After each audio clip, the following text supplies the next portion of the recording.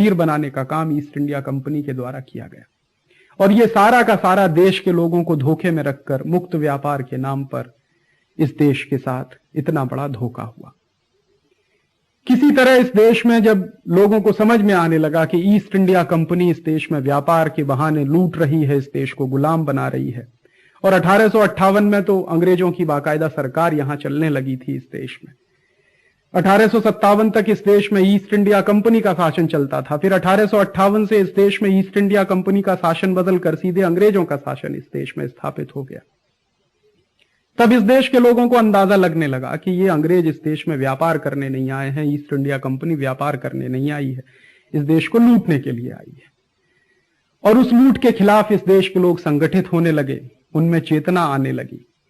जब देश के लोगों में चेतना आई, अंग्रेजों के खिलाफ लोग संगठित हुए, तो इस देश में एक बहुत बड़ा स्वाधीनता संग्राम शुरू हुआ। 1857 में उसकी शुरुआत हुई। हालांकि यह स्वाधीनता संग्राम छिटपुट तरीके से सारे देश में उसके पहले भी चलता रहा। जहां जहां लोगों की शक्ति थी, क्षमता थी, लोग लड़ते थे, और जहां संभव होता था वहां अंग्रेजों को पीट भी लेते थे, अंग्रेजों को मार भी लेते थे। लेकिन 1857 से सारे देश में अंग्रेजों के खिलाफ बगावत की एक आवाज शुरू हो गई, और उस बगावत के बढ़ते बढ़ते कदम 1890 तक और मजबूत हुए। 20वीं शताब्दी के शुरुआत में बाकायदा इस देश में स्वदेशी आंदोलन चला। 1905 में अंग्रेजों ने बंगाल का विभाजन किया, लॉर्ड कर्जन ने बंगाल का विभाजन किया, उसके विरोध में सारे देश में स्वदेशी का आंदोलन चला। और उस स्वदेशी के आंदोलन की ताकत इतनी ज्यादा थी कि 1911 में आकर अंग्रेजी सरकार को बंगाल का विभाजन वापस लेना पड़ा। इतिहास में ऐसी बहुत कम घटनाएं हैं जो घटना 1911 में इस देश में घटित हुई कि पहले बंगाल का विभाजन किया और उसके बाद बंगाल का विभाजन वापस हुआ। इसी स्वदेशी आंदोलन ने सारे देश के लोगों को एक सूत्र में बांधने का काम किया। इस देश के महान नेताओं ने, लोकमान्य तिलक, गोपाल कृष्ण गोखले, महात्मा गांधी, और महात्मा गांधी के पहले दयानंद सरस्वती की श्रेणी के और दूसरे तमाम महान विभूतियां इस देश में जब लगी आंदोलन के क्षेत्र में, तो इस देश के लोग संगठित होने लगे। इसी के साथ साथ इस देश में चंद्रशेखर आजाद, भगत सिंह, सुभाष चंद्र बोस, खुदीराम बोस, तात्या टोपे, झांसी की रानी लक्ष्मीबाई जैसे वीर पुरुषों की, महिलाओं की टोलियां भी इस देश में आजादी के लिए सक्रिय होती रहीं और समय समय पर अपने योगदान करती रही। 1947 में यह देश आजाद हुआ एक लंबी लड़ाई के बाद। 90 साल की लड़ाई 1857 से 1947 तक इस देश में लगातार लड़ी गई। उसके पहले भी लड़ाई चलती रही, लेकिन 1857 से 1947 का समय तो बहुत महत्वपूर्ण रहा इस देश की आजादी के इतिहास में। 1947 में हम आजाद हुए एक ईस्ट इंडिया कंपनी की गुलामी से, अंग्रेजों की गुलामी से। लेकिन आज बहुत दुख है और दुर्भाग्य है हम सबका कि आजादी के 50 साल बीतने के बाद फिर से इस देश में हजारों विदेशी कंपनियां आ गई। पहले एक ईस्ट इंडिया कंपनी आई थी इस देश में व्यापार करने, उसने इस देश को 250 वर्षों तक खूब जमकर लूटा, एक अच्छे खासे संपन्न समृद्ध देश को भिखारी और गरीब देश में बदल दिया। अब 4000 से ज्यादा विदेशी कंपनियां इस देश में आ गई हैं लूटने के लिए। सन 1991 के बाद से एक नया नारा इस देश में दिया गया है, उदारीकरण का, ग्लोबलाइजेशन का, लिबरलाइजेशन का। इस उदारीकरण और ग्लोबलाइजेशन, लिबरलाइजेशन के बाद तो विदेशी कंपनियों के आने की संख्या बहुत तेजी से बढ़ी है। 1991 से पहले 1947 से 1991 के बीच में जितनी विदेशी कंपनियां इस देश में नहीं आई, उससे ज्यादा विदेशी कंपनियां 1991 से 1996 के बीच में आ चुकी हैं। हजारों हजार विदेशी कंपनियों के साथ समझौते हो रहे हैं। इस देश में ऐसा लगता है कि सारा का सारा राजनीतिक तंत्र विदेशी कंपनियों के लिए पलक पांवड़े बिछाकर काम कर रहा है। कोई भी व्यक्ति इस देश में प्रधानमंत्री बनता है, वित्त मंत्री बनता है, किसी प्रदेश का मुख्यमंत्री बनता है, तो सबसे पहला काम वो ये करता है विदेशी कंपनियों को बुलाने के लिए या तो विदेश जाता है, या तो हिंदुस्तान में ही बयान देकर, भारतवर्ष में ही बयान देकर, प्रेस कॉन्फ्रेंस करके वो कहता है कि विदेशी कंपनियों का इस देश में खुला स्वागत है। इस देश को लूट की खुली छूट के लिए फिर से छोड़ दिया गया है। जो गलती 16वीं शताब्दी में, 17वीं शताब्दी के शुरुआत में औरंगजेब से हुई थी कि उसने ईस्ट इंडिया कंपनी को व्यापार करने के लिए इस देश में जगह दी, वही गलतियां आज फिर दोहराई जा रही हैं कि ईस्ट इंडिया कंपनियों को, ईस्ट इंडिया कंपनियों से भी ज्यादा ताकतवर दूसरी विदेशी बहुराष्ट्रीय कंपनियों को इस देश में बुलाया जा रहा है। इन विदेशी कंपनियों को बुलाने के पीछे कुछ तर्क दिए जाते हैं। इस देश में जो विदेशी कंपनियों के समर्थक लोग हैं, इस देश में जो बहुराष्ट्रीय कंपनियों के समर्थक लोग हैं, वो कुछ तर्क देते हैं। उनमें से सबसे पहला तर्क है कि विदेशी कंपनियां आएंगी, बहुराष्ट्रीय कंपनियां आएंगी तो देश में पूंजी आएगी, पैसा आएगा, क्योंकि इस देश में पूंजी की कमी है, पैसे की कमी है, संपत्ति की कमी है।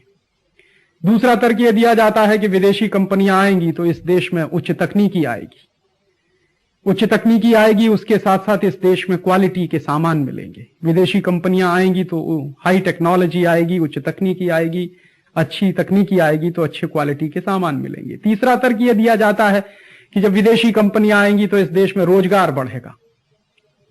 इस देश में बेरोजगारी बहुत है, बेरोजगारी बहुत है, उसके कारण से गरीबी भी बहुत है।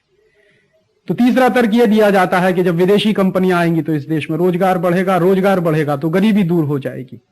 और चौथा तर्क यह दिया जाता है कि चूंकि विदेशी कंपनियां हमेशा उच्च तकनीकी लेके आती हैं, क्वालिटी के सामान बनाती हैं, इसलिए इस देश का निर्यात भी बहुत तेजी से बढ़ जाएगा। इन चारों तर्कों को देखना चाहिए।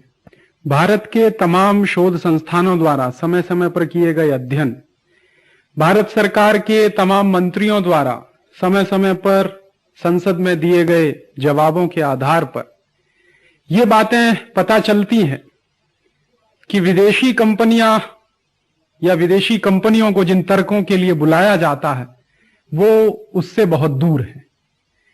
अभी हाल में उदाहरण के लिए पार्लियामेंट में, संसद में एक सवाल पूछा गया कि विदेशी कंपनियों के माध्यम से पिछले 5-6 वर्षों में कितनी पूंजी आई है इस देश में। जब से उदारीकरण, लिबरलाइजेशन, ग्लोबलाइजेशन की नीतियां हुई हैं, विदेशी कंपनियों को बुलाने के लिए सारी सुविधाएं दी गई हैं, तब से इस देश में कितनी विदेशी पूंजी आई है, यह सवाल संसद में पूछा गया।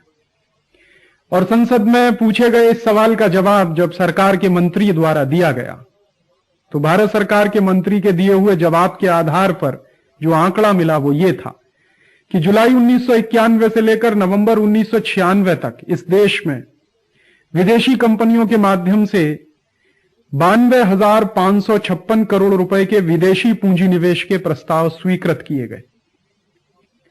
लेकिन इन 92,556 करोड़ रुपए के विदेशी पूंजी निवेश के प्रस्तावों में से वास्तव में कितने प्रस्ताव लागू हो पाए, मतलब कि जितनी पूंजी के विदेशी पूंजी निवेश के प्रस्ताव पारित हुए हैं, क्या वो सारी की सारी पूंजी इस देश में आ गई है?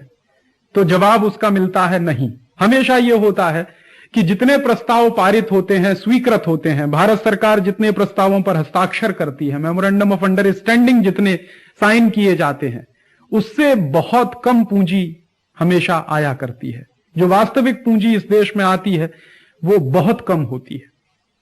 तो भारत सरकार के ही आंकड़ों के अनुसार जुलाई 1991 से जुलाई 1996 तक 92,556 करोड़ रुपए के विदेशी पूंजी निवेश के प्रस्ताव स्वीकृत हुए, लेकिन इनमें से वास्तव में हमारे देश में जो विदेशी पूंजी आई है वो सिर्फ 19,469 करोड़ रुपए की है।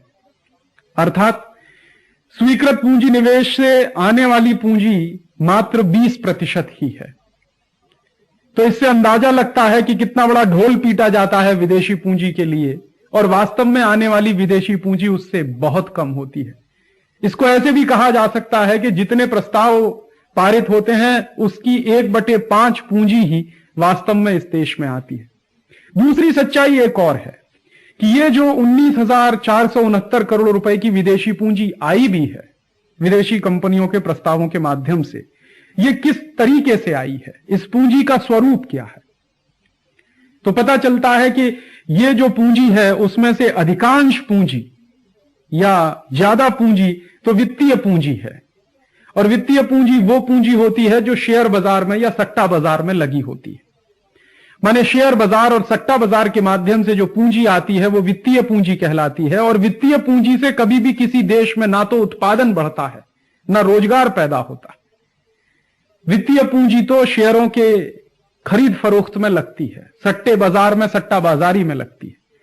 तो भारत में आई हुई जितनी विदेशी पूंजी है उसमें से चूंकि अधिकांश पूंजी वित्तीय पूंजी है, सट्टा बाजार में लगी हुई पूंजी है, शेयर बाजार में लगी हुई पूंजी है, इसलिए उस पूंजी से इस देश का कोई भला नहीं हो पाया है पिछले 5-6 वर्षों में। ना तो इस पूंजी से कोई उत्पादन बढ़ा है, ना तो इस पूंजी से कोई रोजगार पैदा हुआ है।